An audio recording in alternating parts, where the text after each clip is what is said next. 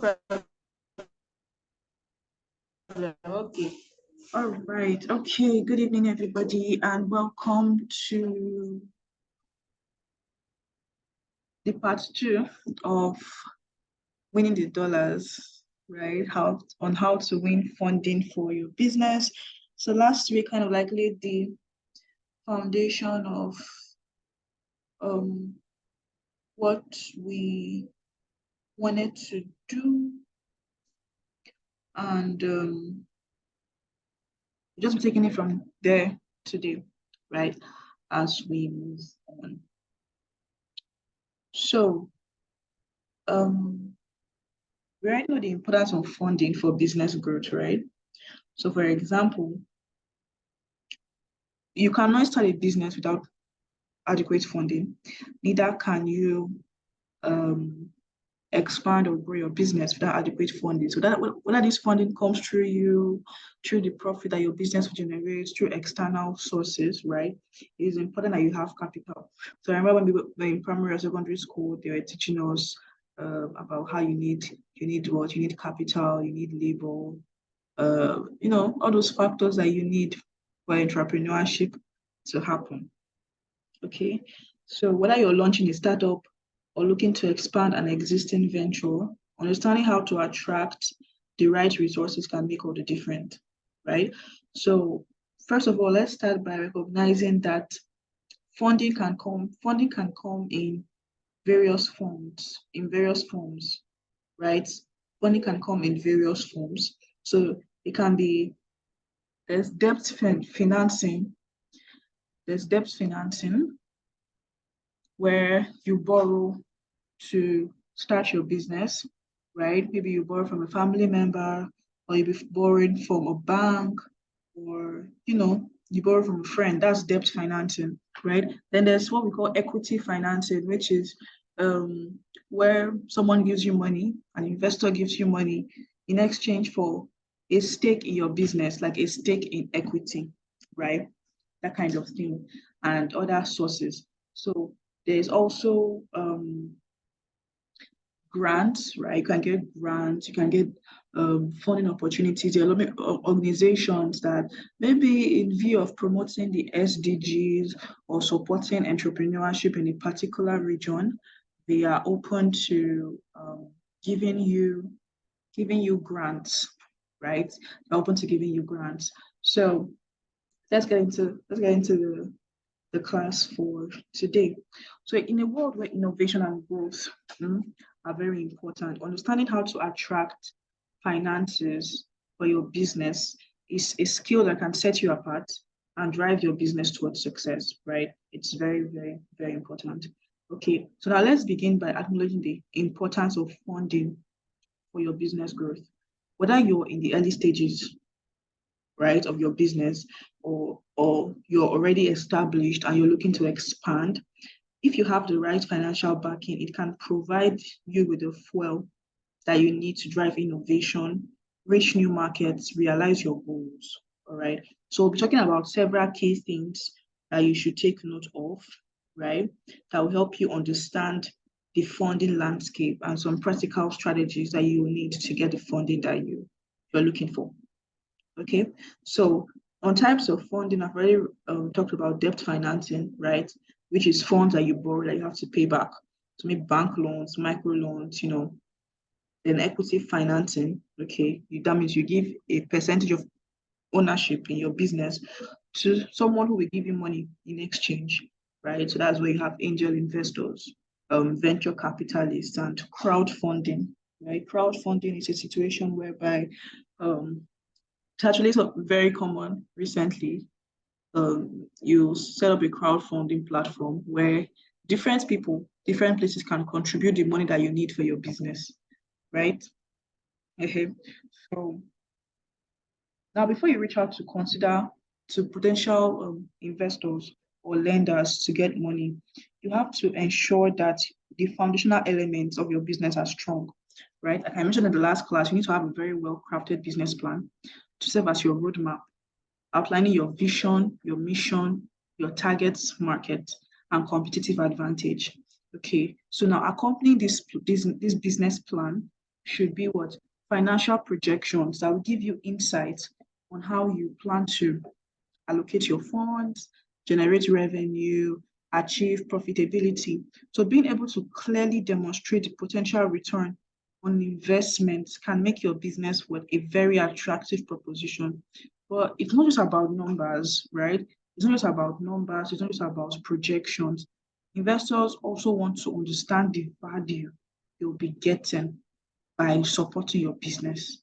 Okay, so let's say you have your business plan, you have your financial projections, which is very important, right? With the data that you've gotten, because people want to see, okay, fine, how much money do you guys plan to make in a year, in 3 years, in 5 years? Okay, what's the profitability percentage? Do you understand? So then after you've done this, you now have to learn how to communicate the value that your business will be offering. Okay, so now your pitch should your elevator pitch, right, is maybe like something that you can assuming that you meet someone by chance, right, that it's in a position to help you out with funding that you need for your business, and you only have like 45 seconds to convince them. How would you do it, right? That's like what you call an elevator pitch. Now, your pitch should succinctly communicate your business idea, how it's unique, the problem that you're trying to solve, right? Very, very important. You should be able to communicate the value that your business is offering. Okay. Then also networking also plays a very, very vital role. You should be able to attend industry events, engage in meaningful conversations that can help you establish connections that can help you gain funding opportunities. Only this quote, this saying that people say that your network is equivalent to your net worth. Oh, Aminat, can you hear me? I can hear you perfectly. Okay, Abiola says she can't hear me. Okay, I'm saying that her audio is not connected. Let me just quickly reply her.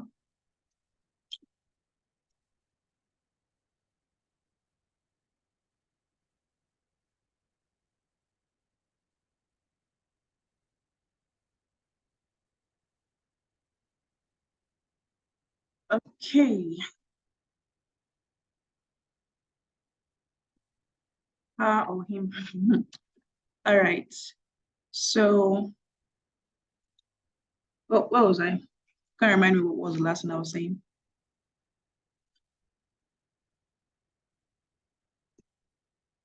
Are you guys here at all? Am I talking to myself? Okay, the last thing you said was like your net worth is equivalent to your net worth, or net worth equivalent to your network, something like that. Anyone, but yeah, you get the point, right? Because like it's all about who you know. Okay, it may not be all about who you know, but who you know is equally very, very, very important, right? So some of the biggest opportunities that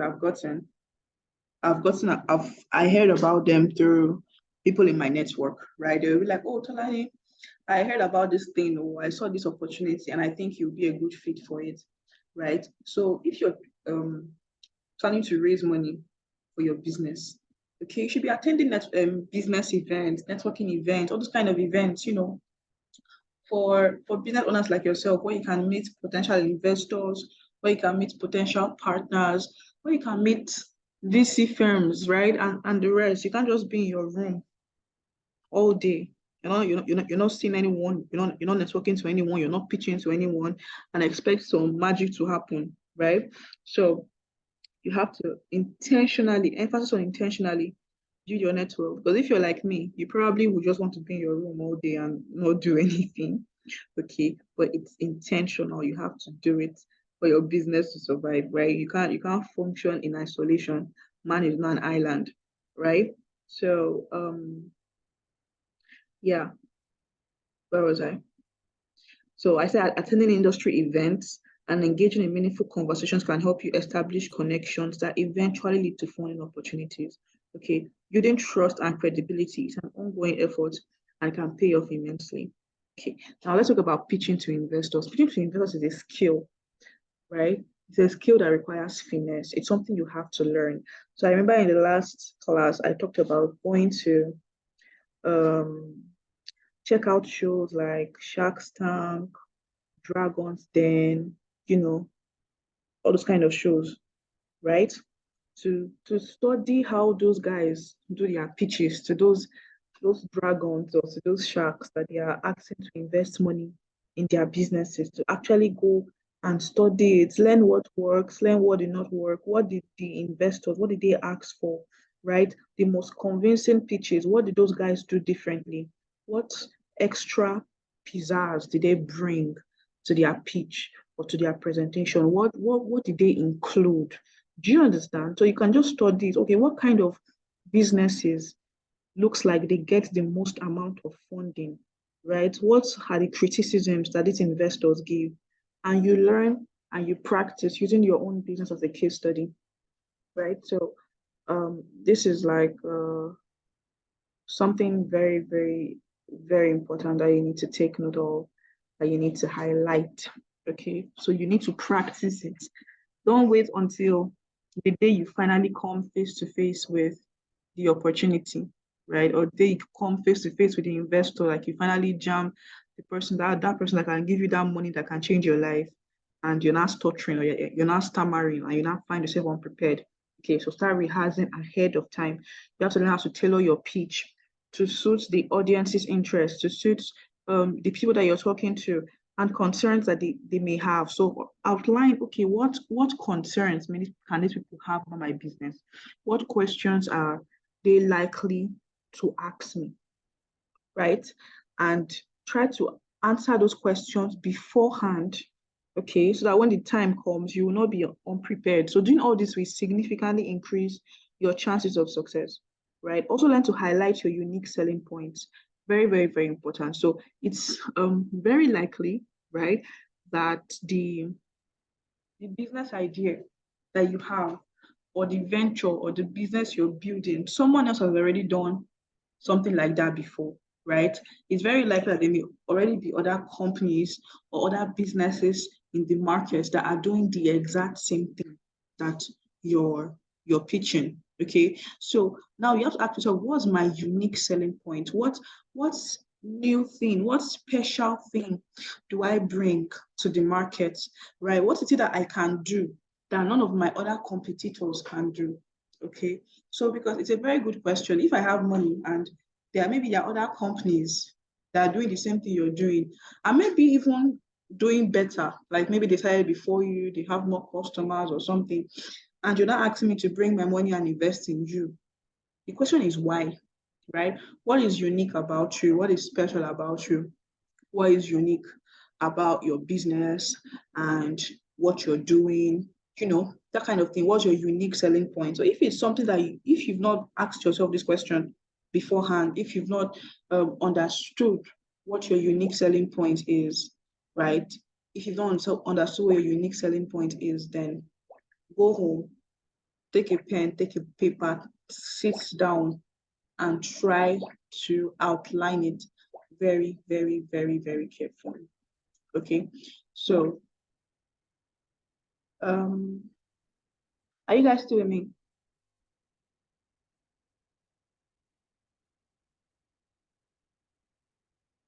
Are you guys still with me? We Yeah, can hear you. yeah, I'm here. All right, We can hear okay. you loud and clear.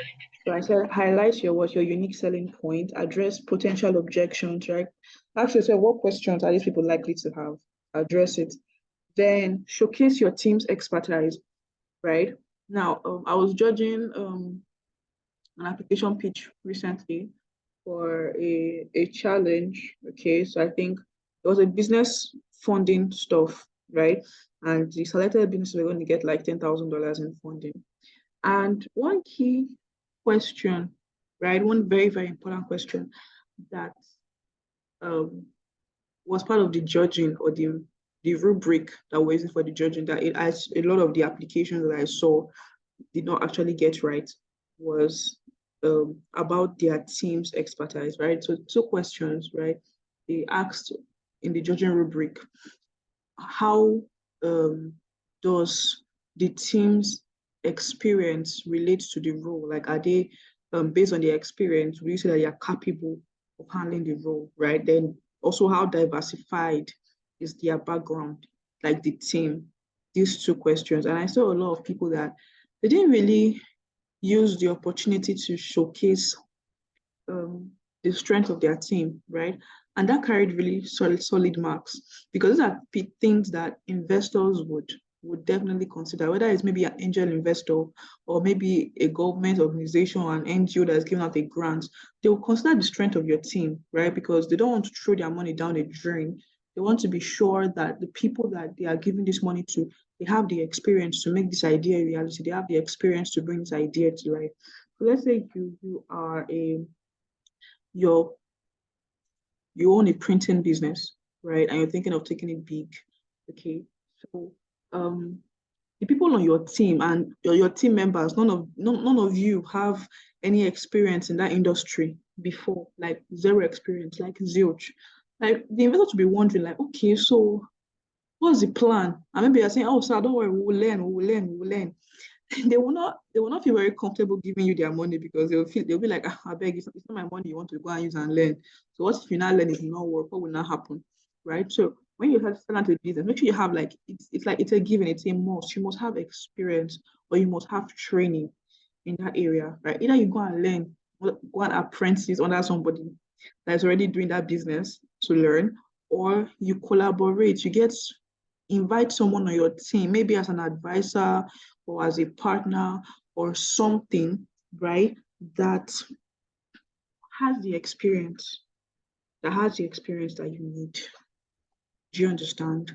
So don't just go out in the wild with zero knowledge, with zero experience. So make sure you have a very well-balanced team, because this is something that investors are looking for. So even in the startup ecosystem, right, founders who already have one successful startup, okay, who already have at least one successful startup, are more likely, and they want to start a new business, they are more likely to get funding for their new business. Why? Because they already have experience. So investors can look at their track record and be like, oh, okay, this guy, he started this business so and so time, he got funding, or he did very, very well. I think we can trust him with our money because he seems to know what he's doing. Do you understand? Very important. Make sure you choose the right team members. When you're applying for a pitch, see, be very intentional about. Don't think it does not matter. It matters. They look at it like, what is your experience? Are you capable of handling this venture? Do you have the training?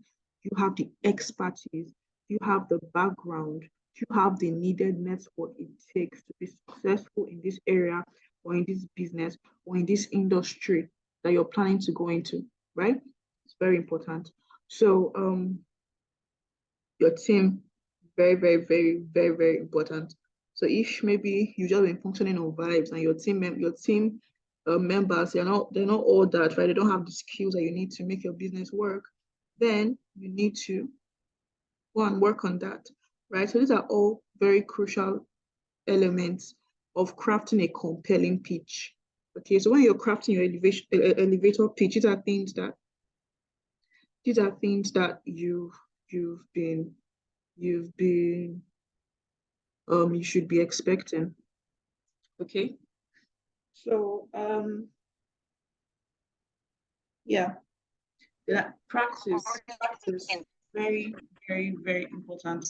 Practice and refinement. So practice it over and over again. You don't have to wait till you actually be an investor to practice. You can practice yourself. You can practice in the mirror. Ruben, can you mute your mic, please? Thank you. Where's Ruben?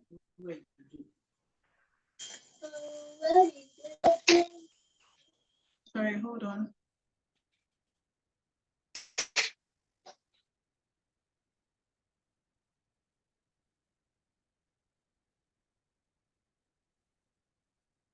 Thank you. So you can practice in the mirror, you can practice with your friends. Don't wait until you meet an investor, right? And then you're not trying to remember your words. So practice your pitch so much that it becomes like second nature to you. Like it's easy for you to just, give out from what you've already assimilated, right? Because you've understood it perfectly. So I should not be asking you about your business and you're not biting your tongue, like you don't really know what to say. You understand? It's not very convincing to a potential investor. So make sure you have your pitch down, right? So now navigating the funding process involves several critical steps, right? Something called due diligence. Due diligence is a process where a potential investor or a lender will analyze your business, its market, and its financials. So you have to be ready to provide the necessary information during this phase. Okay, so there's something called due diligence. So let's say, sorry, you've seen someone that has agreed to give you money, that has agreed to fund your business. They'll definitely want to do something that is called due diligence. Okay, they'll definitely want to do something that is called due diligence. Now, what due diligence is that they will check your records, they will check your data, they will check your financials, to make sure you're not lying to them, to make sure you're not falsifying figures for them, right? They will check everything to make sure that, okay, everything is right, everything is correct, everything is on point. So you should not, this just means you should not lie, right? If you don't have 500 customers every month, don't say you have 500 customers every month, because when they do their due diligence, they will check it and they will see that what you are lying, and that's unprofessionalism, and to lead them to break off their relationship, right? So if you've not gotten 10 million in revenue, don't say you've gotten 10 million in revenue, because you just be shooting yourself in the leg, right? Because when they ask for your bank statements to check or how the 10 million came in, and they are saying that, okay, these transactions, it do not make sense, right? Or all the 10 million came from one account, they will ask that you're lying, and they'll be like cut off the working relationship. So yeah, that's very important. Okay, then negotiating terms is another very important aspect. Okay, you need to learn how to negotiate the terms of the loan or the equity, and be well versed in negotiation so that they will not cheat you, to make sure that the deal that they are offering is a fair one, right? Is a fair one. So legal documentation requirements cannot be overlooked, as they protect you, they protect your investors. So make sure you get a lawyer to look over your documents. Make sure you get a lawyer to craft your documents. Don't just go and sign any document you see without actually checking, oh, okay, how does this work? Does this align with what I want? Are the terms clearly stated, and all that, right? So you have to learn how to negotiate terms. You have to make sure you have a lawyer that looks it through and make sure everything aligns perfectly. So while traditional funding sources are valuable, right, there are alternative strategies you can also consider. Okay, there's bootstrapping. Bootstrapping involves using your own resources and your own money to grow your business. Some big companies have bootstrap. Companies like Zoho. Okay, Zoho is a multinational company worth billions of dollars, and they bootstrapped. They didn't take external money, right? So they used their own money to invest, and they grew like step by step by step by step, right? So there's also grants. I mentioned grants. There's competitions, business competitions, other competitions, and partnerships that can offer non-dilutive funding. Non-dilutive funding means it does not dilute your stake in the ownership of your company, right? So these options will not like give you money to collect a percentage of your business. So if you want to retain 100% ownership of your business, these are some of the opportunities you should be looking at. And most of the opportunities I post on the group are these kind of opportunities. They are non-dilutive funding opportunities that will not require you to give back a percentage of your business, right? Like grants, like competitions. So you should really, really, really take them more seriously. Okay. So, and they offer like resources beyond financial support. All right. So I think we've come to the end. Our time is almost up, right? So I just want to emphasize that securing funding is not a one-size-fits-all approach.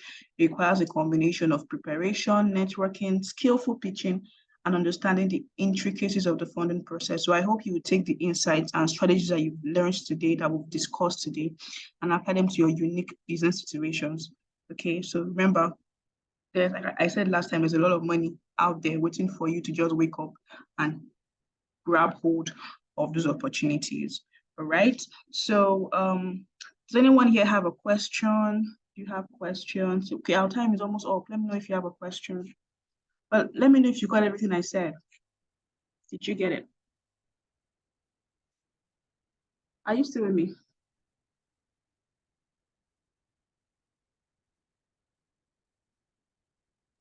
Yeah, we are still here. Do you have any questions? Okay, Ruben, yeah, Ruben. Oh, okay. I just saw that our time is almost up. So this is what we're going to do. Ruben, can you please drop the question on the group, right? So I don't cut you short halfway. Drop the question on the group like right now, and I will reply with a voice note to explain anything that is not clear, okay? Who else has a question? Ruben, did you get that?